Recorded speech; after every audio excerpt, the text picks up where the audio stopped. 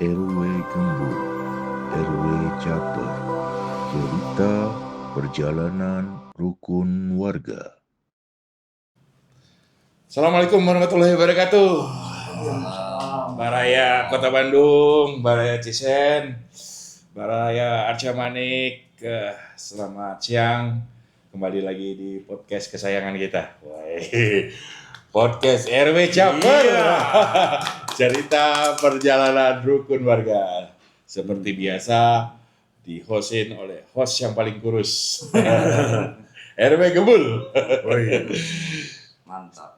Siang hari ini kita kedatangan banyak rekan, mungkin gak asing lagi Pak Ketua RW Forum RW, Cisen, Pak Lurah, dan pendatang baru nih.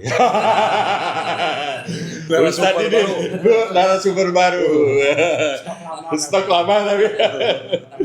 Ya, selamat datang semua ini di podcast kita. Hari ini kita ngomong-ngomong santai nih. Kebetulan Ustadz Dindin menjabat sebagai BKM ya, Ketua BKM. Ketua BKM Cesar Tanenda. Ustadz ini bisa dijelasin nggak beda BKM itu sama LPM itu apa sih sebenarnya, mungkin buat informasi para wargi Cesar Tanenda umumnya gitu lah. Gimana Pak Ustadz? Iya, makasih. Sebetulnya muaranya hampir sama ya. Hampir sama ya. BKM dengan LPM semuanya ke masyarakat. Cuman perbedaannya kalau BKM itu non komplek. Oh, non komplek. BKM itu non komplek.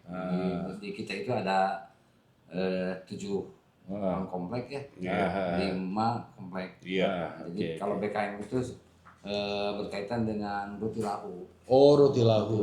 Rumah Tidak layak huni. Tidak layak huni. Dan alhamdulillah begitu udah beberapa tahun baru satu kali kegiatan kita mendapatkan bantuan 20 unit 20 unit. Bandung gitu kemarin. Oh, oke. Ya, yang berbentuk material sebesar 20 juta untuk upah sekitar 2 juta langsung ke rekening upah itu diantaranya. Oh, jadi bantuan pemerintah langsung dikasih ke rekening penerima ya? Kalau untuk upah aja. Oh, upah aja. Kalau Oke. untuk material ke kita, dari kita ke BKM. Penerima material. manfaat. Iya, Iya. iya penerima manfaat. Terus Kalau buat satu rumah berapa itu? Dulu tuh 20 juta untuk satu rumah. Satu rumah. Tapi bukan keterima uangnya, berbentuk Ya, material. material. Berbentuk material. Terus, Kita juga atas ajuan dari mereka, dari penerima manfaat. berarti harus ngajuin dulu, Ya. baru menerima manfaat. Cara ngajuinnya gimana tuh? Nanti dari misalnya di tahun sekarang terrealisasinya tahun depan, jadi setahun sebelumnya udah kita dianggarkan, udah ada diajukan. Prosesnya tetap Pak, ada pengantar RT RW dulu. Oh, iya. Nanti diverifikasi tanda tangan diusulkan oleh kelurahan. Oke. Itu yang saya ke BKM. Nggak mungkin kalau nggak diusulin atau ada. Iya. Dari mana? Dari Dasarnya langit. dari mana? Enggak, karena itu dulu biasa waktu ingat nggak zaman Covid kita nggak ngusulin, tahu namanya ada. Nah, Oh, gitu. ya top down. Ah, iya itu. Kita sudah capek-capek bikinin data, ternyata dipakai data lama. Karena ada tahapannya juga Pak. Tapi rutilahu ini nggak mungkin ya Pak Lurah ya. Ada tahapan dan ada fasilitator kan dari iya, BKM juga oke, nanti oke. verbalnya.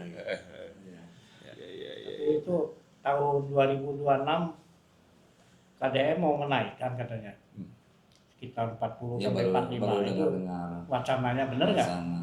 Tapi mudah-mudahan jadi. Tapi udah ada rencana itu. Iya, udah dengar, baru dengar. Tapi kan kemarin-kemarin juga pas kita lagi ketemu dengan anggota dewan dari provinsi Pak Buki. Ya. Kan Pak Buki dia sebagai bapaknya rutilahu gitu. Oh, oke. Jadi tadinya mau ketemu langsung sama Pak Buki, terus sama Bapak Wali Kota untuk mengajukan bagaimana nasib BKM ke depannya. Soalnya selama ini BKM mati suri, nggak ada kegiatan. Oh iya. Terus ini Pak Ustadz, ini yang perlu jadi permasalahan warga kami ya, Cisen terutama. Yang usul BKM itu harus punya sertifikat. Ya. Ya. Tapi banyak orang yang nggak mampu, Ya. rumahnya masih belum jelas, AJB misalnya Pak. AJB. Misal ya. nggak punya sertifikat. Ya. Nah itu kira-kira bisa nggak ngajukan? Kalau selama ini kan asal ada surat keterangan dari kelurahan aja bisa. Bisa dipermudah. Jadi nggak mutlak ya? Iya. Ya karena kalau nungguin sertifikat, kalau nggak ada duit ngurus sertifikatnya gue Jadi jadi. Tadi bantu-bantu gitu. Justru ini yang saya dengar keluhan dari warga Cisen. Keluhannya tuh gini Nah, sering. saya ke rumah saya mau amruk, mau dapat bantuan dari Ngurus PKM, tapi nggak punya sertifikat, dicoret katanya. Itu Enggak. betul nggak itu? Enggak, sebetulnya gini. Dia mengajukan tapi posisi tanahnya ada tanah PJKA, tanah PO, tanah Kalimati, sama sekali tidak ada Berarti- surat sama sekali tidak ada. Nah itu Kalau yang di daerah hijau memang nggak boleh ya. Iya, itu di antara. Tapi kalau misalnya sertifikatnya belum dipecah atau kayak tadi masih AJB, itu masih bisa pengantar Diperkuat dengan surat keterangan dari dan berjalan itu. jalan. Nanti tinggal mungkin aja Pak Ketua Forum juga dibantu Pak terkait sosialisasi itu ke RW dan warganya ya bahwa bisa kami memfasilitasi itu sepanjang ada bukti pembayaran jual beli misal AJB. Kalaupun memang masih satu hamparan dengan orang tuanya belum disepit, nanti kita kasih keterangan bahwasanya itu adalah sertifikat hak milik dan saat ini dimiliki oleh si penerima misalnya, si A, si B, si C. Gitu. Kadang-kadang gini juga Pak Ketua Forum sudah diajukan, udah siap, udah oke. Pas mau dikerjain, pas kita mau action, ternyata dari pihak penerima manfaat itu tidak siap swadayanya. Dana pendamping ya. Iya. Nah, Itu kan itu- dari awal sudah ditanya dari awal siap enggak swadayanya. Ya swadaya itu bukan berbentuk uang saja kan, seperti tenaga atau makanan atau apa. Iya. Ngomong-ngomong minum dulu ini Boleh. kopi lokal ini, kopi kenangan loh. Kalau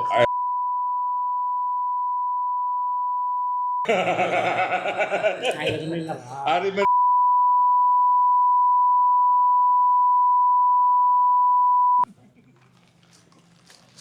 Iya. berarti selain roti lahu ngurusin apa aja nih BKM nih, Pak Ustadz? Kalau selama ini ya sebenarnya salah kot lah.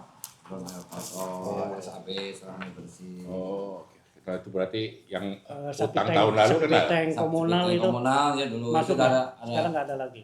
nggak ada lagi. Itu dari bantuan dari Bank Dunia itu yang Iya. nilainya hampir 400 berapa? 425 ya sih komunal. Dolar atau apa ini Bank Dunia nih?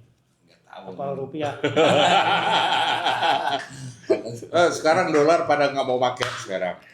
Jadi rata-rata hampir setiap negara tuh sekarang bilateral, kayak misalnya kayak orang Bangladesh, orang India sama orang Cina misalnya negaranya, dia nggak mau pakai dolar lagi.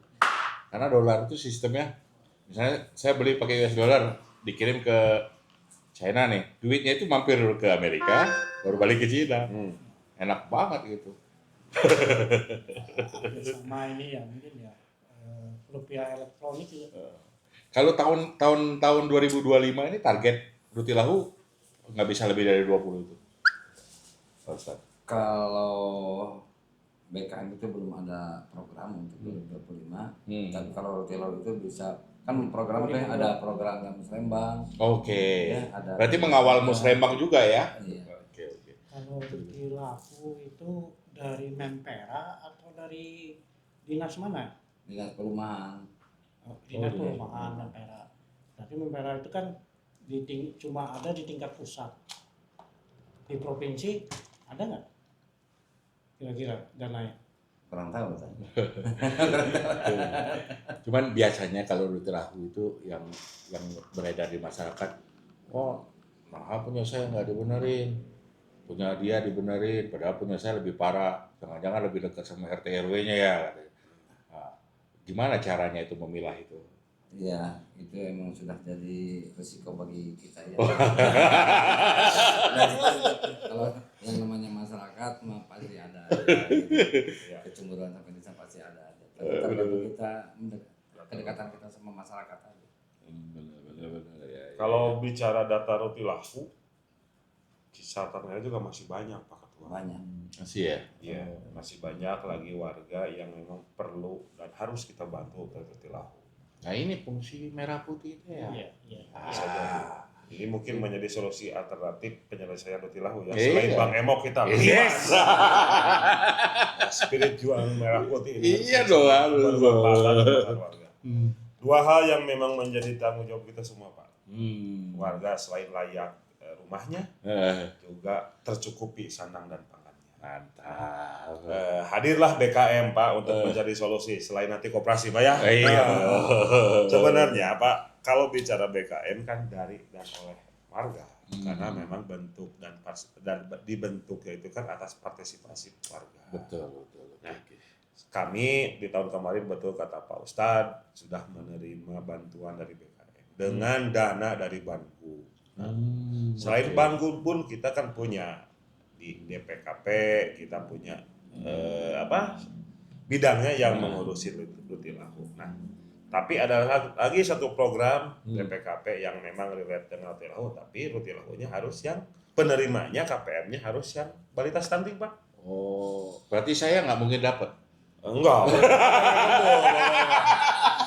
Lebih dari Pak RW juga enggak.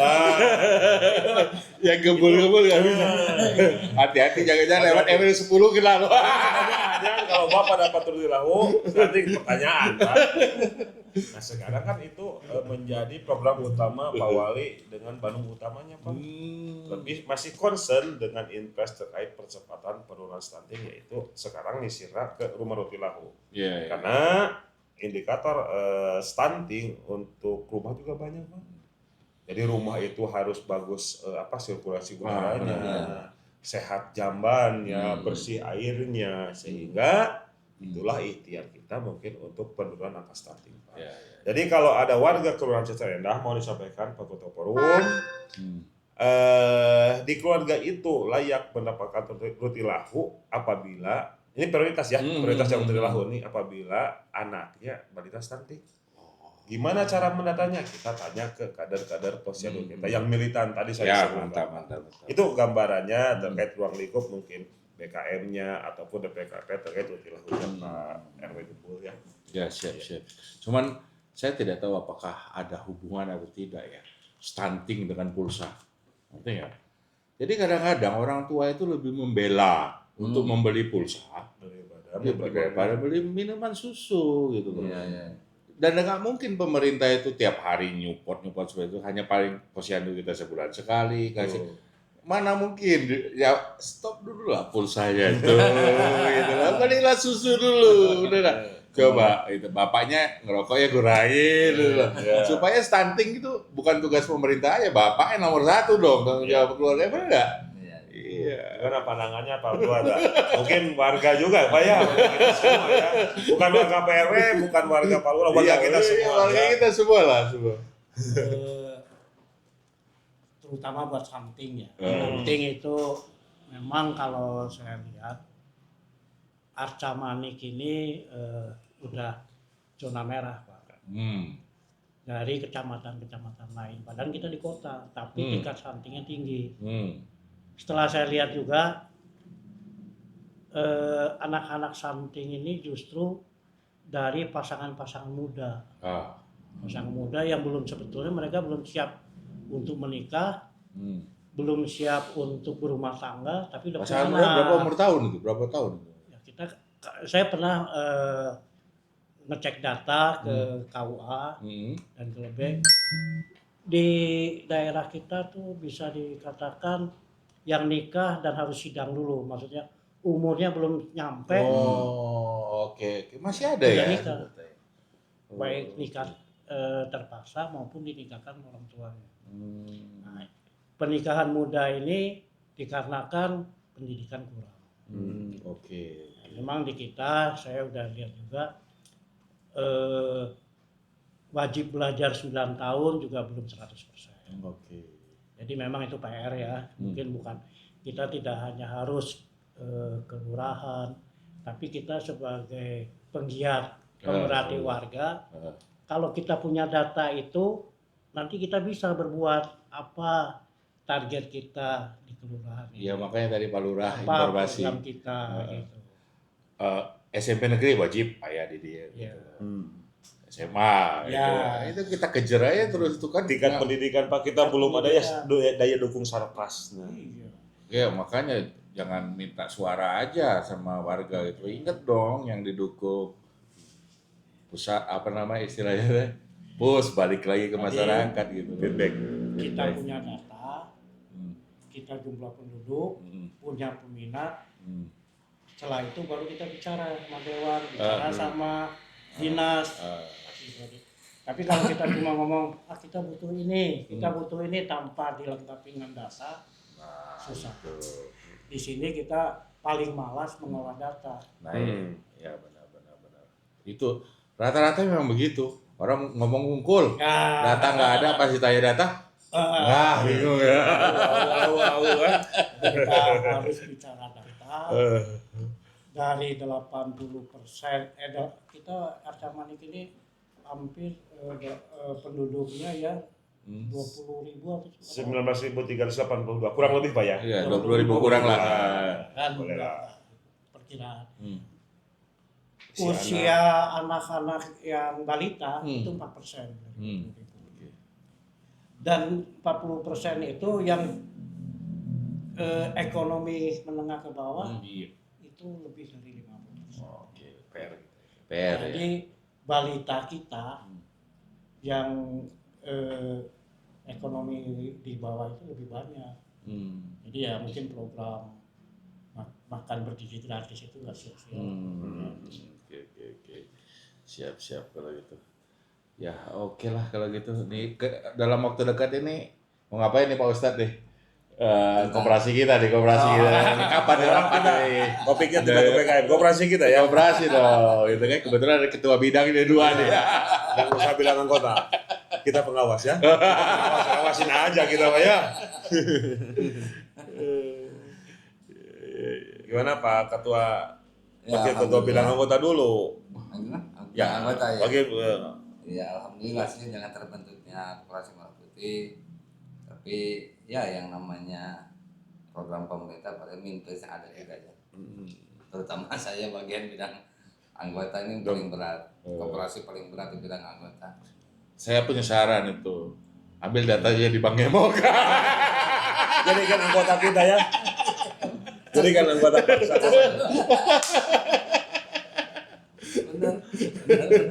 Kalau enggak sebelum peresmian, sebelum tanggal 12 ya. Juli, Sulit. Koperasi Merah Putih Cisen itu harus punya anggota 100 orang. Maka kita punya target. Ya, benar.